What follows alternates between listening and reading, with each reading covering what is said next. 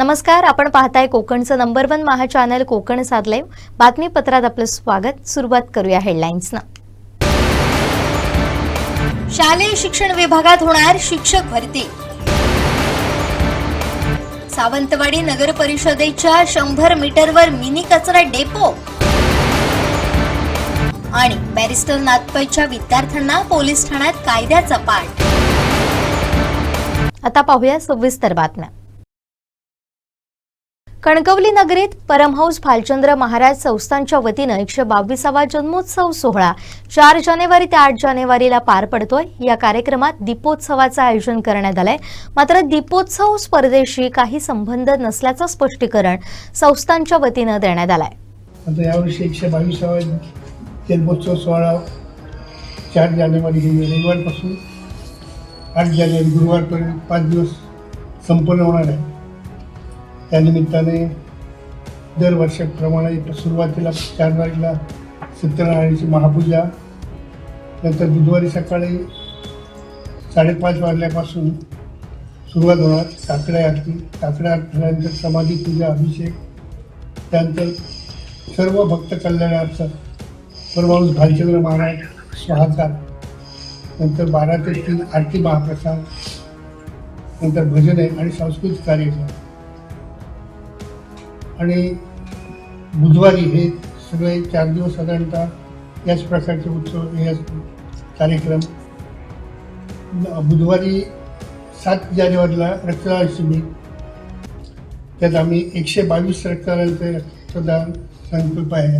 मागच्या वर्षी 121 होता, तो 121 झाल्यानंतर आम्ही स्टॉप केला. यावर्षी 122 जणांचा संकल्प आहे. त्यानंतर गुरुवार मुख्य दिवस 8 जानेवारीला परमहंस भालचंद्राचा 122वा जन्मदिवस. त्या दिवशी नियमाप्रमाणे काकडा आरती, समाधी पूजन, जपानुष्ठान, सकाळी 8 ते 9 भजने, लंगूर समाधीवरती, आणि 9:30 ते 12 जन्मोत्सवाचं कीर्तन हरिभाऊ श्री भाऊ नाईक नितोरे दरवर्षीप्रमाणे. तर दुपारी 12 वाजता भालचंद्र महाराजांचा जन्म, तर आरती महाप्रसाद. संध्याकाळी 5 वाजता भालचंद्र महाराज यांच्या पालखीचे घोडे, त्याचप्रमाणे उंट आणि वारकरी संप्रदायाच्या समान शहरातून होळी मिरवणूक हे सगळे नेहमीप्रमाणे होतील. आणि काही 4 वाजल्यापासून 7:30 पर्यंत सांस्कृतिक कार्यक्रम आहे. पहिला रविवारी शाळा कुणकेश्वरचे समय गीताविष्कार फार चांगला आहे. 14 गीतांवर त्यांनी मुलांचा कार्यक्रम बसवला आहे आणि तो बघण्यासारखा आहे. त्यानंतर दुसऱ्या दिवशी सांस्कृतिक कार्यक्रम आमच्या शाळा नंबर 3चे आहे. मंगळवारी मनोज भालचंद्र मेस्त्री यांचे गुरुवंदनचे विशेष म्हणजे गायन, भावगीते, अभंग, नाट्य वगैरे मैफली आपल्या सगळ्यांना बघायला आवडेल. आणि बुधवारी शामराव हायवेकर कणकवली प्रस्तुत भक्तिसंगम, नाट्यसंगम, लोकगीताचा मधुर कार्यक्रम ही अशी संगीत संध्या चालू हे होईल. त्याप्रमाणे सर्व कार्यक्रम उत्साहात पार पाडतील. दरवर्षीप्रमाणे दीपोत्सव बाजारपेठेत करावा असे आम्ही आवाहन केलं आहे. पण आपल्याकडे भरपूर बरं होईल. परंतु त्यात दरवर्षाप्रमाणे पुढच्या गेल्या वर्षापासून जरा खटकते. म्हणजे कसं की जी स्पर्धा स्पर्धा घेतली जाते त्याला आमचा सक्त विरोध असतो. हे करावं, दीपोत्सव करावा, म्हणजे 5 दिवस दिवाळीचे टाईप मग सारगुंड रंग हे घालून आकाशकंदी लावून. परंतु जे स्पर्धा घेतल्या जातात त्याला आमचा विरोध म्हणजे एकचसाठी की त्याला जी रकमा जमवल्या जातात मोठमोठ्या, यावर्षीसुद्धा त्यांनी काही 25,000 हजाराच्या रकमा जमवल्या. त्यात 1 रुपया ते आमच्याकडे देत नाही, बाहेरच्या बाहेर खर्च करतात. उद्या कोणीतरी एखाद्याने जर तक्रार केली की पावतीला तर हे पैसे जमवतात आणि कार्यक्रम करतात, तर आम्हाला अफवा बोलावं लागेल आणि त्याच्यात संशयाचं फार मोठं हे होईल. त्यामुळे आम्ही त्याला सहमत नाही. तर त्या दृष्टीने आपणही त्याच्यात खुलासा करावा की स्पर्धेच्या दृष्टीने आमचे संस्था त्यात सहभागी आहे. म्हणजे बक्षीस यांच्या बक्षीस वाटतंय. काही जण संघटना वगैरे काढून बाबांचं नाव घालून वर्गणी वगैरे गोळा करतात, कुठचे परस्पर कार्यक्रम राबवतात. आमचा सक्त विरोध आहे त्याला संस्थांतर्फे. आणि ते आर्थिक घोटाळा करतात, त्याचं नाव भाजपाचं वापरल्यामुळे आमच्या संस्थांवर येते. त्यावेळी आमची विनंती आहे आपल्या सर्वांचे आवाहन आहे की असं करू नये, असं होतं नाही. याच्या तरी पण परस्पर केला. यावेळी आम्ही आता त्यांना सगळ्यांना सांगितलेलं आहे आणि फ्लेक्स करून आम्ही हे सुद्धा करणार आहोत की मंदिराच्या बाहेर. त्यांनी गेल्या वर्षी सांगून सुद्धा यंदा पण करणार आहे आणि प्रत्येक वेळेला अडवायला आम्हाला जमणार नाही. यावर्षीला त्यांनी काहीतरी पत्रिका वाटतायत बाजारात आमच्या कार्यावर आता आलं. पण तुमच्या माध्यमातून लोकांना सांगेल तुम्हाला की हे भाजप म्हणजे आश्रमातर्फे चालू नाही आहे, त्या संस्थांतर्फे चालू नाही, ते वैयक्तिक करतो. काही जणांकडे 4,000, 5,000, 7,000 असे लाखो रुपये रकमा घेतलेला आहे आणि त्यातले एकही पैसा आमच्या संस्थानाकडे कोणी दिलेला नाही. तुझा प्रश्न कसा आहे, कोणतरी म्हणणार हे कोणी म्हणजे काय म्हणणार हे पावती रेगात पैसे गोळा करतात. आता पैसे आपल्याकडे आले त्यावेळी पावती द्यायची, संस्थांच्या नावावर ते गोळा करतात. कुडाळमधील एका हरहुन्नरी कलाकारानं आपल्या कलेच्या जोरावर केवळ कोकणच नव्हे तर थेट अमेरिकेपर्यंत आपली ओळख निर्माण केली आहे. शिल्पकार जयेश थुरी यांनी गेल्या 10 वर्षांपासून शिल्पकलेच्या क्षेत्रात दिलेल्या योगदानामुळे त्यांचं नाव आदरानं घेतलं जातं. कुडाळ इथं शिल्पधाम या कार्यालयाच्या माध्यमातून ते कोकणातील संस्कृती आणि इतिहासाला मूर्त रूप देत आहे. जयेश थुरी यांचं प्राथमिक शिक्षण कुडाळच्या बॅरिस्टर नाथपाई विद्यालय आणि माध्यमिक शिक्षण कुडाळ हायस्कूलमध्ये झालं. कलेची जन्मजात आवड असल्यानं त्यांनी रायगड येथील आकार पॉट आर्ट मध्ये 2 वर्ष मातीकामाचे धडे गिरवले. त्यानंतर मुंबई कला महाविद्यालयातून फाउंडेशन आणि प्रतिष्ठित सर जे स्कूल ऑफ आर्ट मुंबई येथून शिल्पकलेचं उच्च शिक्षण पूर्ण केलं. या शिक्षणामुळे त्यांच्या कलेला तांत्रिक अचूकता आणि अभ्यासू दृष्टिकोन मिळाला. मला लहान असल्यापासून चित्रकलेची वगैरे आवड होती. गणेश मूर्ती बनवणे, चित्र काढणे, शाळेमध्ये स्पर्धांमध्ये वेगवेगळ्या भाग घेणे. पण तेवढा गायडन्स वगैरे त्यावेळी नव्हता. आर्ट कॉलेज वगैरे असतात ते माहिती नव्हतं. मग पुढे दुसऱ्या एका स्टुडिओमध्ये मी काम करताना मला ती आर्ट कॉलेजची आणि माहिती मिळाली आणि त्याच्यानंतर मी थोडा उशिराने आर्ट कॉलेजमध्ये जाण्याचा, तिथलं शिक्षण पदवीचं घेण्याचा निर्णय घेतला. इथे कसं आहे की सर्व प्रकारची कामं आम्ही व्यक्तिशिल्प, पोर्ट्रेट्स असतील म्हणजे स्मारक शिल्प, पुतळ्यांची कामं घेतो. मग जसं समोरनं कामाची संधी मिळते त्याप्रमाणे ती कामं मिळत जातात. आजपर्यंत वेगवेगळे जे क्लायंटचे वडील असतील, आजोबा असतील, अशी जी प्रायव्हेट कामं असतील त्यांचे पोर्ट्रेट जास्त प्रमाणात केले आणि काही स्मारक झाली आहेत तर ती कामं केली. कोणतेही शिल्प साकारण्यापूर्वी जयेश थुरी त्या विषयाचा सखोल अभ्यास करतात. छत्रपती शिवाजी महाराज, डॉक्टर बाबासाहेब आंबेडकर, गौतम बुद्ध किंवा विविध स्वातंत्र्य सैनिकांचे शिल्प बनवताना ते केवळ आकृती न घडवता त्या व्यक्तीची देहबोली, भावभावना आणि ऐतिहासिक संदर्भाचा विचार करतात. शिल्प हे पाहणाऱ्याशी भावनिक नातं जोडणारं असावं असा त्यांचा ठाम विश्वास आहे. हे जे काम आहे ते कोकणातील आपली 400 ते 500 वर्ष जुनी देवतरंग जी प्रथा आहे त्या प्रथेवर आधारित हे काम आहे. ह्या कामाला देखील महाराष्ट्र शासनाचा पुरस्कार आहे, दिवी तालीम. हे काम आहे, याचं काम ताडीवाला म्हणून आहे. समोर लाईव्ह मॉडेल बसून हे काम केलंय. हे काम आहे ते 2023 मध्ये महाराष्ट्र शासनाचं कला प्रदर्शन भरतं, कला संचालनामार्फत. त्यामध्ये याला महाराष्ट्र शासनाचा प्रथम क्रमांकाचा राज्य पुरस्कार मिळाला. पहिलं असं जे कॅरेक्टर असेल तर त्या कॅरेक्टरचा फोटो आणि साईज फायनल केली जाते आणि त्याच्या वेगवेगळ्या अँगलने फोटो घेतले जातात कॅरेक्टरचे, म्हणजे कलेक्ट केले जातात आणि पहिलं त्याचं मातीकाम केलं जातं.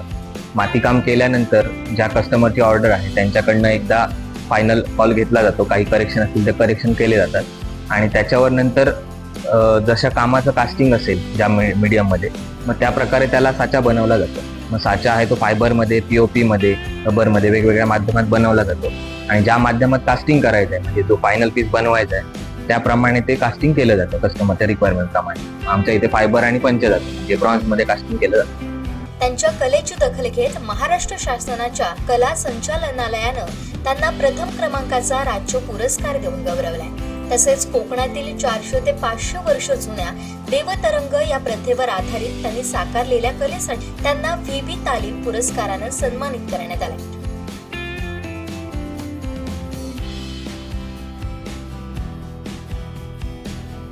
आणि मेटल म्हणजे पंचधातू, तर त्या दोन्ही मूर्त्यांची रिक्वायरमेंट असते. कस्टमरच्या रिक्वायरमेंटमध्ये पण असतात. बऱ्याच वेळा फायबरच्या ऑर्डर्स वगैरे असतात आणि बऱ्याच वेळा पंचधातू म्हणजे ब्रॉन्झच्या ऑर्डर्स असतात.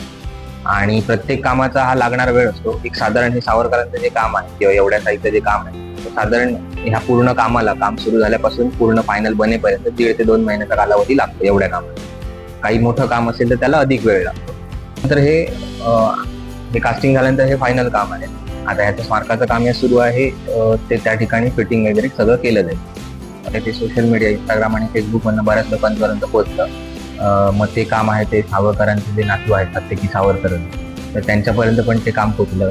सावरकरांविषयी बोलणारे शरद पंख आहेत त्यांच्यापर्यंत पोहोचलं आणि त्याच्यावर त्या कामावर सरांच्या कमेंट होत्या, रिप्लाय होते त्या कामावर. त्यांना पण ते काम आवडलं.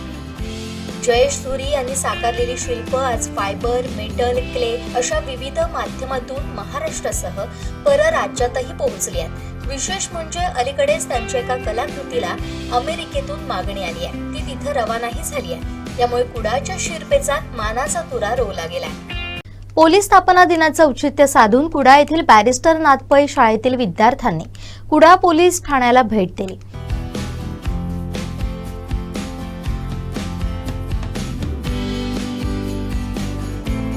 लहानपणापासूनच कायद्याचं ज्ञान असावं आणि गुन्हेगारीपासून दूर राहावं या उद्देशानं आयोजित या उपक्रमात विद्यार्थ्यांनी कायदेशीर बाबींचे धडे गिरवले.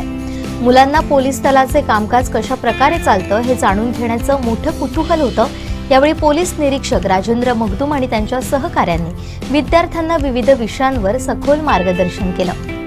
हाताळताना मोबाईल सहज देतो आपण, तर दिल्यानंतर तो मोबाईल आपण हाताळतो. आपली सुद्धा बंधन आहे किंवा आपली सुद्धा रिस्पॉन्सिबिलिटी आहे तो कसा वापरावा, काय कंटेंट बघावं, त्याच्यात एज्युकेशनल कितीतरी जे सोर्सेस अवेलेबल आहेत. ते जसं नेट जितकं चांगलं तितकं त्याचे दुष्परिणामही आहेत. मोस्टली मुलींच्या बाबतीत आपण मोबाईल वगैरे वापरताना त्याचा सहज फेसबुक, आता बऱ्याच जणांचे फेसबुक आयडी असतील, आहेत ना? नाही, कोणाचंच नाही, एकच आहे नाही. ठीक आहे, चांगली गोष्ट असेल तर मोस्ट ऑफ द टाइम आपण फसवतो. आयडी क्रिएट करताना आपण अबाव 18 आहेत असं दाखवतो आणि हे करतो, आयडी क्रिएट करतो. आणि त्याच्यानंतर आपण फेसबुक हे असं सोशल मीडिया आहे ना की त्याला ओपन टॉयलेट म्हटलं जातं. का आपण काही कोणतीही गोष्ट जर बुवा त्या फेसबुकद्वारे किंवा इंटरनेट किंवा त्या ॲपद्वारे आपण ज्यावेळी लॉन्च करतो त्यावेळी आपण आपली माहिती नकळत देत असतो. तर मला सांगा, मोबाईल हा किती सेफ आहे? त्याला लॉक असेल तर सेफ आहे का? म्हणजे माझा विचारण्याचा उद्देश काय, हॅक करण्यासाठी आपलं लॉक सफिशियंट आहे का? जर मी माझा मोबाईलला कोड घातलेला सफिशियंट आहे का? कारण हॅक म्हणजे काय, तर सॉफ्टवेअर असतो. व्हायरस म्हणा किंवा वर्म म्हणा, तो सॉफ्टवेअर असतो. कुठेतरी चांगल्या क्वालिफाईड जो हायली इंटेलेक्च्युअल पर्सन आहे त्यांनी तयार केलेला प्रोग्राम आहे. आणि त्या प्रोग्राम जो आपण कोणाची सिक्युरिटी ब्रीच करू शकतो. आणि त्याच्यासाठी तुम्ही पॅटर्न लॉक घाला किंवा सिक्युरिटी पिन घाला, मोबाईलला सफिशियंट नाही. कारण मोबाईलचा डायरेक्ट डेटा, मोबाईल हा 24 तास नेटशी कनेक्टेड असतो, त्याच्यामुळे तेवढं सफिशियंट नाही. म्हणून सोशल मीडिया वगैरे वापरताना खूप सावधगिरी बाळगायची.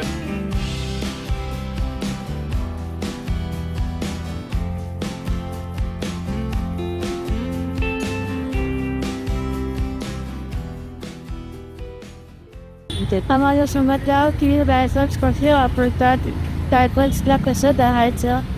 आम्हाला हे पण समजलं की जर गुन्हा केला तर जेलमध्ये टाकल्या जातं आणि वाईट संगत अशी वाईट असते, चांगले संगत असणारे आणि हे मी चांगलं करत राहावं आणि सगळ्यांचं भलं करत राहावं. आज आम्हाला पोलीस स्टेशनमधून खरंच खूप छान वाटलं, कारण की आम्हाला इथे येऊन बॅड टच कळाले, गुड टच कळाले आणि काही रायफल्सबद्दल गोष्टी पण कळाले की ते कसे यूज होतात आणि ते किती रेंजपर्यंत जातात, त्यांचं वेट काय आहे, हे सगळं समजलं आम्हाला. आणि त्यानंतर आम्हाला समजलं की इकडे येऊन ते कसे सगळं डिपार्टमेंट चालतात वगैरे हे सगळं समजलं. आणि त्यानंतर आम्हाला इथे येऊन आम्हाला जेल पण आम्हाला बघायला मिळालं. अन्याय आणि अत्याचाराविरुद्ध आवाज उठवण्यासाठी आता केंद्रीय मानवाधिकार ही संघटना सिंधुदुर्ग जिल्ह्यात सज्ज झाली आहे. बाल अत्याचार, महिलांवरील अन्याय आणि वृद्धांच्या समस्यांना वाचा फोडण्यासाठी या संस्थेचे नवे कार्यालय आता कुडामध्ये सुरू झालंय. नमस्कार, मी सौ Unmesha Umesh Dabholkar, Maharashtra vice president women सेस केंद्रीय मानवाधिकार. केंद्रीय मानवाधिकार ही संघटना नॅशनल चेअरमॅन ही संस्था डॉक्टर मिलिंदजी दहिवले यांनी 2005 नागपूर येथे सुरुवात केली. ISO मानांकन मिळालेले आहे. 1882च्या अंतर्गत रजिस्टर असून रजिस्टर नंबर आहे 751. सदर संस्थेच्या अंतर्गत बाल अत्याचार, स्त्री अत्याचार तसेच वृद्ध अत्याचार यांच्या विरुद्ध लढा दिला जातो. कोणी पीडित असेल तर त्यांनी संपर्क साधावा. यासाठी सिंधुदुर्ग जिल्ह्यामध्ये आपले कार्यालय नव्याने सुरू झालेले आहे. आमचा पत्ता आहे कुडाळ ST स्टँड समोर मेदत्त मेडिकलच्या वरील मजला, तालुका कुडाळ, जिल्हा सिंधुदुर्ग, पिन नंबर 416 520. संपर्क आहे 7057640532. दक्षिण कोकणची काशी म्हणून संबोधल्या गेलेल्या श्री क्षेत्र कुणकेश्वर मंदिर आणि परिसरातील मंदिराच्या रंगकामाचा शुभारंभ मोठ्या उत्साहात करण्यात आलाय. कुणकेश्वर देवस्थान ट्रस्टचे अध्यक्ष एकनाथ तेली यांच्या उपस्थितीत कुणकेश्वर आणि श्रीदेव भैरव यांना श्रीफळ वाढून या कार्याचा श्री गणेशात झाला. रंगकामाच्या शुभारंभावेळी बोलताना अध्यक्ष एकनाथ तेली म्हणाले की मंदिर परिसराच्या सौंदर्यीकरणासाठी सुमारे 25 लाख रुपये खर्च केले जाणार आहेत. हे काम पालकमंत्री नितेश राणे यांच्या मार्गदर्शनाखाली आणि त्यांच्या विशेष सहकार्यातून पूर्ण होत आहे. त्यामुळे कुणकेश्वरचे सरपंच महेश तामणकर, देवस्थान ट्रस्टचे उपाध्यक्ष गणेश वाळके, खजिनदार उदय पेडणेकर, व्यवस्थापक रामदास तेजम आणि ग्रामस्थ उपस्थित होते.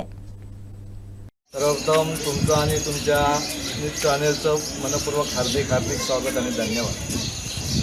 एक मोठा आनंद आणि एक जोश इथं काम करताना जो आम्हाला एक ताकद देण्याचं ते काम आमचे सन्माननीय पालकमंत्री नितेशजी राणे साहेब, कॅबिनेट मंत्री यांनी जे आम्हाला आत्ताच तुम्ही म्हटल्याप्रमाणे हे पूर्ण ही छोटी मोठी मंदिरे आहेत आणि सगळ्यात मोठं मंदिर हे आतून कलर काम, बाहेरून कलर काम, त्याचप्रमाणे पूर्ण कंपाऊंडला म्हणजे हा पूर्ण भाग परिसर हा पूर्ण जगमगाट होऊन सगळं म्हणजे त्याला काय म्हणायचं त्या पद्धतीला एवढं सुंदर काम या ठिकाणी होणार आहे. ते सुद्धा आमचे जे पालकमंत्री आहेत त्यांच्या बहुमोल मार्गदर्शन आणखीन त्यांच्या प्रचंड सहकार्यातून या ठिकाणी ते काम होणार आहे.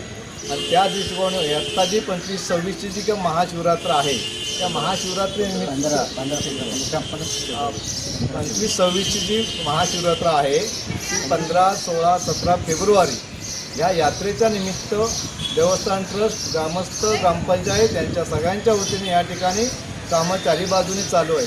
आणि त्या दृष्टिकोन हे सगळ्यात प्रचंड मोठं असं काम. आत्तापर्यंतच्या इतिहास जरा जवळजवळ ह्याला 20 ते 25 लाखाचा हा बजेट आहे आणि त्याप्रमाणे तो बजेट पालकमंत्र्यांच्या सहकार्यातून आणि महत्त्वाचं म्हणजे मार्गदर्शनातून या प्रत्येक ते जे विकासात्मक काम होतं किंवा येणाऱ्या जाणाऱ्या भाविक भक्तांच्या गैरसोयी आहेत त्या दृष्टिकोनातून त्या गैरसोयीसुद्धा दूर करण्याच्या दृष्टिकोनातून पालकमंत्री म्हणजे अतोनात त्या ठिकाणी प्रयत्नात आहेत आणि त्या दृष्टीने त्यांची कामं चाललेली आहेत. महत्त्वाचं सांगायचं म्हणजे ज्या काय त्रुटी आहेत, ज्या काय समस्या आहेत त्या मार्गस्थ करण्यासाठी त्यांनी आटोकाट प्रयत्न करण्याचा प्रयत्न केलेला आहे. आणि त्या दृष्टिकोनातून हे उद्या येणाऱ्या महाशिवरात्रीच्या निमित्ताने हे महत्त्वाचं काम आहे. बाकी चारी बाजूनी कामं चालूच आहेत. आता हे ब्रिजसुद्धा त्या ठिकाणी त्याचं इस्टिमेट कमी होतं पण त्या दृष्टीकोन आज जे तुम्ही काम बघताय ते जबरदस्त काम त्या ठिकाणी चाललेलं आहे. मग तेही त्यांच्या मार्गदर्शन चाललेलं आहे. म्हणजे अशा प्रकारचे प्रत्येक काम आता रेडी रेवसचा हा जो पूल आहे जवळजवळ 160 कोटीचा ब्रिज आहे. हे सगळ्यात सर्वात महत्त्वाचं मोठं काम पालकमंत्र्यांनी त्या ठिकाणी इथंसुद्धा मिटिंग घेतल्या, ओरसला मिटिंग घेतल्या आणि मंत्रालयातसुद्धा मिटिंग घेतल्या. इथल्या कुठल्याही पावित्र्याला धक्का बसणार नाही ह्याच्या एवढी मोठी काळजी आमच्या ग्रामस्थांप्रमाणेच पालकमंत्र्यांनी घेतलेली आहे. आणि सांगायचं म्हणजे हे सगळं काम करत असताना आमचे ग्रामस्थसुद्धा हिरिरीने हातात हात घालून खांद्याला खांदा लावून आमच्याबरोबर उतरले आहेत आणि उतरत आहेत. आणि इथली जी काय कामं आहेत, इथल्या ज्या काय गरजो आहेत त्या मार्गस्थ करण्याच्या दृष्टिकोनातून हे जोरात काम चारी बाजूने चालू आहे. आणि या निमित्ताने येणाऱ्या 15, 16, 17 फेब्रुवारी जे शंभूचा आमच्या उद्यास्थानाचा जो मोठा उत्सव आहे, महामहोत्सव आहे, त्या महामहोत्सवाला येण्यासाठी आपण सर्वांनी आनंदात आजच तयारीला लागा. येणाऱ्या ज्या देवसर आहेत त्या देवसरांनाही मी आवाहन करतो की त्यांनी लवकरात लवकर आपले नोंदणी करावी आणि त्यांनी आनंदात, उत्साहात, भक्तिमय वातावरणात गुढी पताका, तोरणं, रांगोळ्या अशा प्रकारचा तो ऐतिहासिक जो काय मागच्या यात्रेला जो काय पूर्ण जिल्ह्यामध्ये भक्तिमय वातावरण जे निर्माण झालं होतं ते वातावरण यावेळेला सुद्धा त्याच्याही चौपटीत निर्माण होईल अशा प्रकारचं वातावरण आज जिल्ह्यामध्ये आहे. तर त्या दृष्टिकोनाने येणाऱ्या भाविक भक्तगणांना कुठल्याही प्रकारची गैरसोय होणार नाही. येण्या जाण्याची रस्ते असतील, वीज असेल, पाणी असेल, इथलं मनप्रसन्न दर्शन असेल, श्रीचं दर्शन, स्वामी आपल्या ऊर्जास्थानाचं दर्शन असेल, आणखीन इथं निसर्गाने दिलेलं भरपूर, या सगळ्याचा आस्वाद घेण्यासाठी आणि इतर गोष्टी काही ज्या आनंदाच्या आहेत त्या सगळा आस्वाद घेण्यासाठी, लुटण्यासाठी आपण सर्व भाविक भक्तगणांनी या ठिकाणी यावं. या ठिकाणी बघताय गेले जवळजवळ 15 दिवस या ठिकाणी भरगच्च गर्दी आहे. हजारोंच्या लाखोंच्या संख्येने इथे 3-3, 4-4 तास भक्तगण उभे राहून या ठिकाणी दर्शन घेत आहेत. म्हणजे एवढा मोठा बदल आज या ठिकाणी झालेला आहे. आणि त्या दिवसांनी जे काय पालकमंत्र्यांची इच्छा आहे, जे काय विचार आहे, जे काय स्वप्न आहे आणि कुटुंबियाचं, की ह्या प्रत्येक दरडोई उत्पन्न या जिल्ह्यात वाढलं पाहिजे, प्रत्येकाचं दरडोई उत्पन्न वाढलं पाहिजे, आपला जिल्हा पूर्ण देशात एक आदर्श ठिकाणी गेला पाहिजे आणि ह्याच जिल्ह्याचा आदर्श इतर देशाने घेतला पाहिजे. अशा प्रकारचं त्यांचं जे कामकाज आहे त्या कामकाजामुळं खरोखरच त्यांना धन्यवाद द्यावे. थोडेच त्यांना एक कुठलंही काम त्यांना सांगण्याची पोटी की लगेच ते उचलतात. त्यांचंही या निमित्ताने मी मनपूर्वक अभिनंदन करेन, धन्यवाद देईन आणि पुन्हा एकदा ह्या सगळ्या निमित्ताने मनपूर्वक शुभेच्छा देईन. धन्यवाद. गेल्या अनेक दिवसांपासून कुडाळ बाजारपेठेतील मुख्य रस्त्यावर खड्ड्यांचं साम्राज्य पसरल्यानं या मार्गाची मोठी दुर्दशा झाली होती. मात्र कुडाळ नगरपंचायतीनं अखेर या समस्येची गंभीर दखल घेत रस्त्याच्या दुरुस्तीचं काम हाती घेतलंय. शुक्रवारपासून या मुख्य रस्त्याच्या डांबरीकरण कामाला युद्ध पातळीवर सुरुवात करण्यात आली आहे. कुडाळमध्ये दर शुक्रवारी बाजारपेठ बंद असते. रस्त्यावर वर्दळ कमी असल्याचा फायदा घेत प्रशासनानं आजच या कामाचा शुभारंभ केला. यामुळे कामात कोणताही अडथळा आला नाही आणि वाहतुकीची कोंडी टाळता आली. सध्या बाजारपेठेतील मुख्य मार्गावर डांबरीकरण अत्यंत वेगानं सुरू आहे.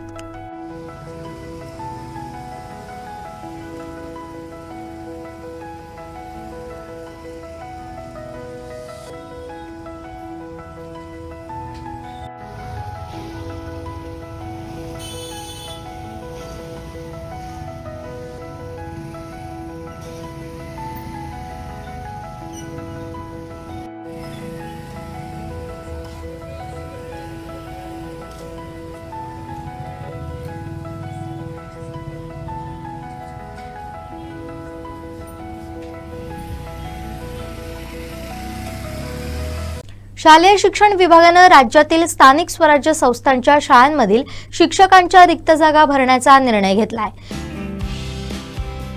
त्यानुसार शैक्षणिक वर्ष 2025-26 अखेर म्हणजेच मे 2026 पर्यंत रिक्त होणारी संभाव्य पदे शिक्षक अभियोग्यता आणि बुद्धिमत्ता चाचणीमधील गुणांच्या आधारे भरण्यास शासनानं मान्यता दिली आहे. यामुळे गेल्या अनेक दिवसांपासून शिक्षक भरतीच्या प्रतीक्षेत असलेल्या उमेदवारांना मोठा दिलासा मिळालाय. शालेय शिक्षण आणि क्रीडा विभागानं जिल्हा परिषद, महानगरपालिकांमधील नगरपालिका आणि शिक्षकांच्या रिक्त जागा भरण्याचा निर्णय घेतलाय. त्यामुळे शाळांतील जवळपास 80% पदे भरली जाणार आहेत. दरवर्षी होणारी सेवानिवृत्ती आणि संच मान्यतेमुळे रिक्त होणाऱ्या जागांमुळे प्रत्यक्ष अध्यापनाच्या कामावर परिणाम होऊ नये यासाठी हा निर्णय घेण्यात आलाय. बालकांचा मोफत आणि सक्तीच्या शिक्षणाचा हक्क अधिनियम 2009 नुसार शाळांमधील 10% जास्त पदे रिक्त ठेवता येत नाहीत. ही कायदेशीर बाब आणि विद्यार्थ्यांचे शैक्षणिक हित लक्षात घेऊन आगामी शैक्षणिक वर्षांच्या शेवटापर्यंत सर्व संभाव्य रिक्त पदं आता भरती प्रक्रियेत समाविष्ट केली जाणार आहे.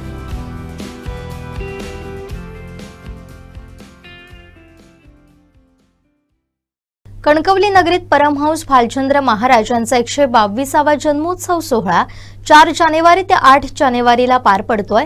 विविध धार्मिक, सांस्कृतिक, सामाजिक कार्यक्रमांचं आयोजन या निमित्तानं करण्यात आलंय, अशी माहिती भालचंद्र महाराज संस्थांच्या वतीनं देण्यात आली आहे.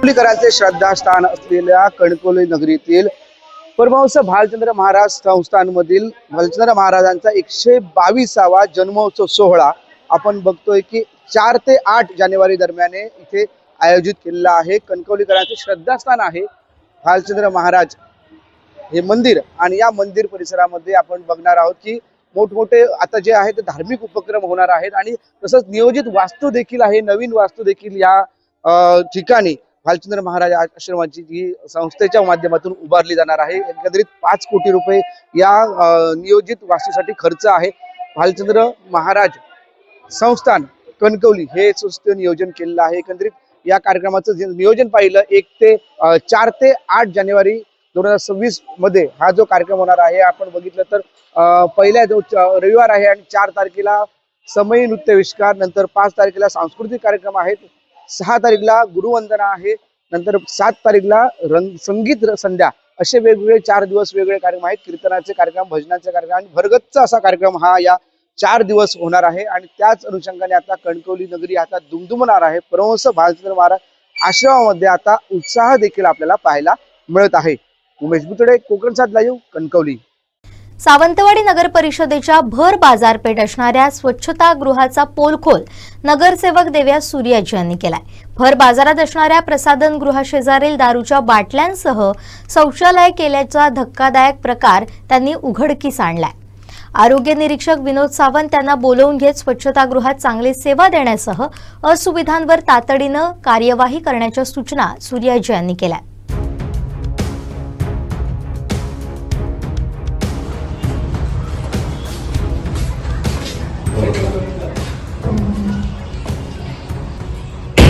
बंद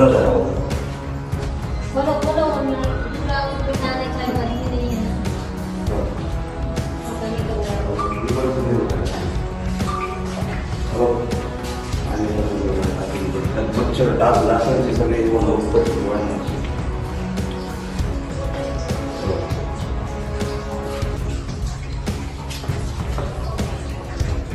हे 2 बंद आहेत. ये भी बंद है.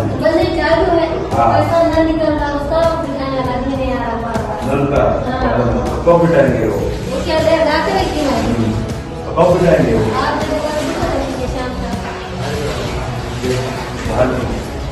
बाहेर सगळे घाण बघ, बाहेर निष्ठा करून ठेवले मनुष्याची. भर बाजारातील ही उतारी आहे, भर बाजारातील, आणि सगळे विक्रेते, भाजी विक्रेते यांच्यासाठी केलेलं आहे. पर्यटकांसाठी सुद्धा केलेलं एक प्रकारचं एक चांगलं हे होतं, पण त्याची परिस्थिती बघा काय आहे. ती सगळी घाण बघा, आरोग्याची झालेली दुर्दशा आहे पूर्णपणे. परिस्थिती बघा भर वस्तीमध्ये, भर बाजारामध्ये आहे. अशाने कसं नागरिकांचं आरोग्य सुधारेल आणि चांगलं राहील. सगळ्या दारूच्या बाटल्यांचा खर्च आहे पूर्णपणे. असं ना कसं मनुष्याची आरोग्याची हे होईल पूर्णपणे. भर बाजारामध्ये ही परिस्थिती आहे. हॅलो, देव्या सूर्याजी बोलतात काय असा? जरा आहे आपल्या पडव्याचा टायरवाला बघा त्याच्या बाजू, सगळ्या कचऱ्याचं साम्राज्य आहे पूर्णपणे. याला सर्वस्वी जबाबदार प्रशासन आहे, आणि पूर्णपणे आरोग्य प्रशासनावर माझा एक रोष आहे. असं जर भरवस्तीमध्ये जर ही परिस्थिती असेल तर संपूर्ण सावंतवाडी शहराचं आरोग्य कसं चांगलं राहील. पूर्णपणे धोकादायक आहे आरोग्यासाठी. तर प्रशासनाने याच्यावर तातडीने कारवाई करावी अशी माझी त्यांच्याकडे मागणी आहे. मी आता आरोग्याचे जे आपले मेन अधिकारी आहेत विनोद सावंत यांना बोलवून घेतलेलं आहे. तर तातडीने याच्यावर पूर्णपणे त्यांनी कारवाई केली पाहिजे. सगळा लिकेज आहे पूर्णपणे पाण्याचा, पाईपाचा पूर्णपणे. बरं, बाजाराची एक परिस्थिती आहे.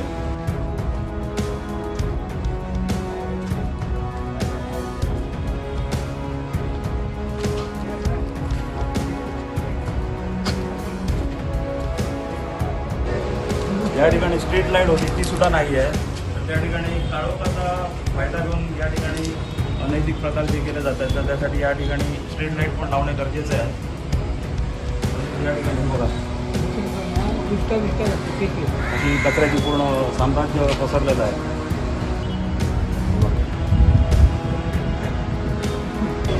हा कायदा बघा भर बाजारात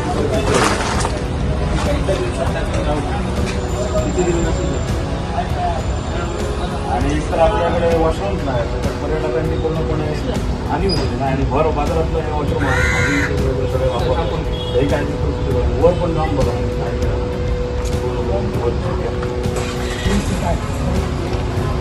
भर बाजारातला होता ना सर आणि काळोख होता.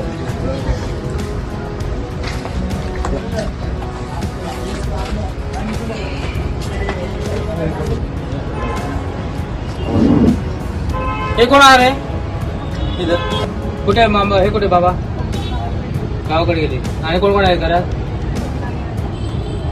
ते साफ करून घ्यायचं दुपारपर्यंत आरोग्याच्या दृष्टीने पूर्णपणे या धोक्यादायक आहे समाधान लगेच जरा करून घ्यायचं.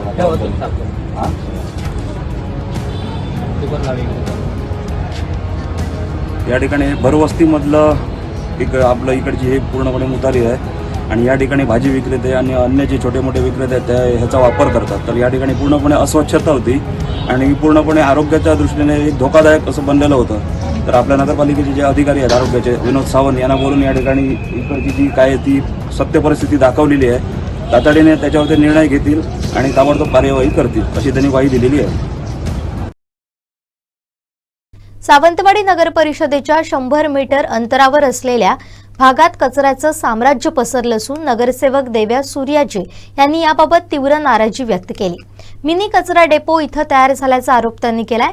तातडीनं यावर कार्यवाही करावी अशी मागणी प्रशासनाकडे केली आहे. ही परिस्थिती बघा खाजगी परिसरामध्ये सुद्धा एक सार्वजनिक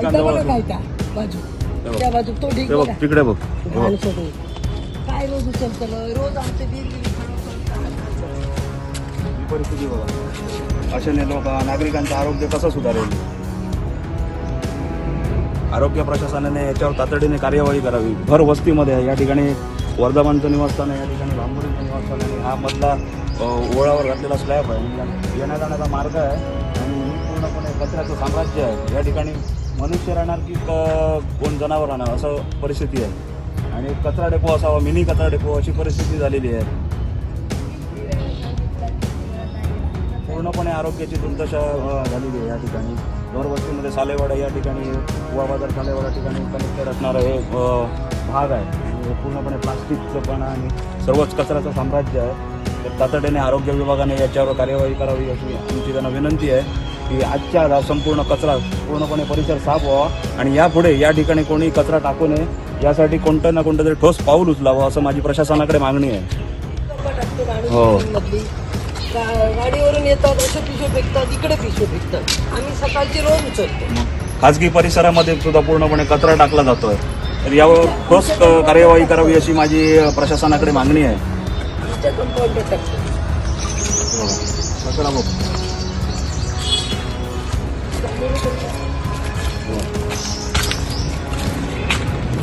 बाजूलाच घर आहे लोकांचं आणि या ठिकाणी हा टाकलेला कचरा आहे आणि हा पूर्णपणे हा रस्ता आहे.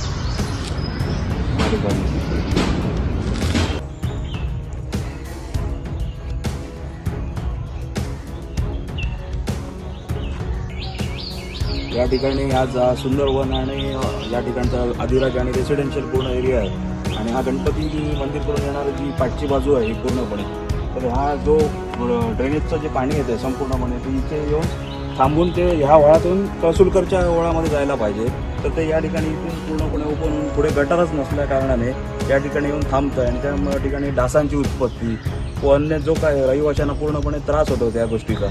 तर या ठिकाणी हे जे गटार आहे हे पूर्णपणे बंदिस्त करून त्या ओढाला जोडलं जावं जेणेकरून ते पाणी पूर्णपणे वाहत जाईल आणि ड्रेनेजचं जे पाणी आहे ते परिसराच्या बाहेर जाईल कारण पूर्णपणे हे रहिवाशी पूर्ण एरिया आहे हा पूर्णपणे आणि सगळ्या बिल्डिंगचा एरिया आहे. तर या ठिकाणी ताबडतोब हे गटार इकडचं बंदिस्त करावं जेणेकरून हे कचऱ्याचं पण साम्राज्य आहे ते पूर्णपणे कमी होईल. ते सर्वत्र बघा कचरा पसरलेला आहे गटाराची पण स्वच्छता वर्षानुवर्ष तसंच गटार आहे आणि गटारात सगळे घाण असते पूर्णपणे दुर्लक्षित राहिलेला हा पूर्णपणे भाग आहे. या ठिकाणी सार्वजनिक संडास आहे त्याचा पण पूर्णपणे काही वापर होत नाही आहे. तर माझी प्रशासनाला विनंती असेल की जर त्या सार्वजनिक संडासाचा जर वापर होत नसेल तर त्या ठिकाणी तो पूर्णपणे निर्लगित करून त्या ठिकाणी एक सुस्वच्छ असं म्हणजे एक मिनी गार्डन किंवा ओपन जिम टाईप या ठिकाणी हा परिसर करावा जेणेकरून या रहिवाशांसाठी सुद्धा ते सुलभ ठरेल. शेवटी ठळक घडामोडी पुन्हा एकदा. शालेय शिक्षण विभागात होणार शिक्षक भरती. सावंतवाडी नगर परिषदेच्या 100 मीटरवर मिनी कचरा डेपो आणि बॅरिस्टर नाथपैच्या विद्यार्थ्यांना पोलीस ठाण्यात कायद्याचा पाठ. बुलेटिनमध्ये वेळ झाली. येथेच थांबण्याची. पाहत राहा कोकणचं नंबर 1 महा चॅनल कोकण साधलाय. धन्यवाद.